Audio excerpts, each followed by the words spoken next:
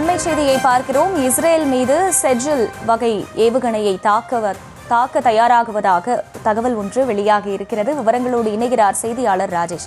ராஜேஷ், வணக்கம். இந்த ஏவுகணை தொடர்பான முழு விவரங்கள் என்ன? வணக்கம்.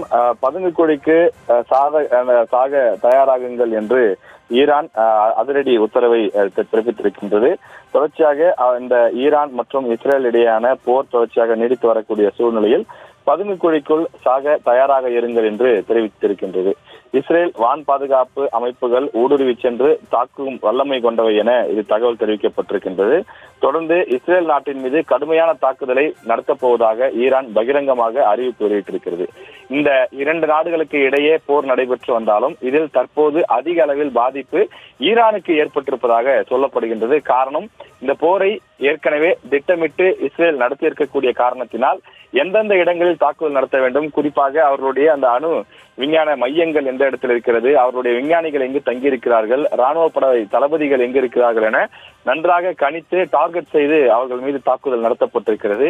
எனவே ஈரான் நாட்டிற்கு தாக்குதல் பாதிப்பு அதிகமாக இருக்கக்கூடிய சூழ்நிலையில் அவர்கள் தற்போது இஸ்ரேல் மீது கடுமையான பதிலடி தாக்குதலை நடத்த தயாராகி வருகின்றார்கள்.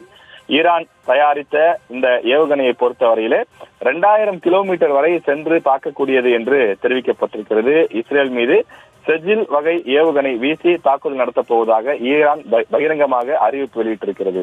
இந்த செஜில் வகை ஏவுகணை அதிவேகமாக இலக்கை அடையும் வகையில் தயாரிக்கப்பட்டுள்ளதாகவும் இந்த ஏவுகணையினுடைய வேகம் இஸ்ரேல் வான் பாதுகாப்பு அமைப்புகளுக்கு சவால் விடும் என்றும் தெரிவிக்கப்பட்டிருக்கிறது.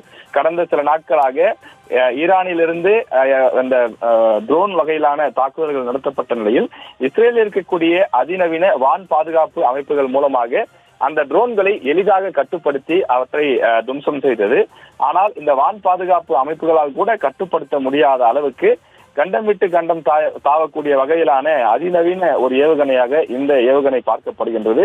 எனவே இந்த ஏவுகணை இஸ்ரேல் வான் பாதுகாப்பு அமைப்புகளால் தடுக்க முடியாது என்றும் அங்கிற்கு வரக்கூடிய தகவல்கள் உறுதிப்படுத்துகின்றன. எனவே அவ்வாறு ஏவுகணை தாக்கப்பட்டால் இஸ்ரேல் நாட்டில் கடும் சேதத்தை, கடும் பாதிப்புகளை இது உருவாக்கக்கூடும் என்றும் தகவல் வெளியாகி இருக்கின்றது.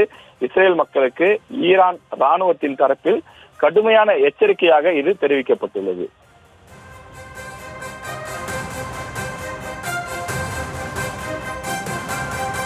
விவரங்களுக்கு நன்றி ராஜேஷ்.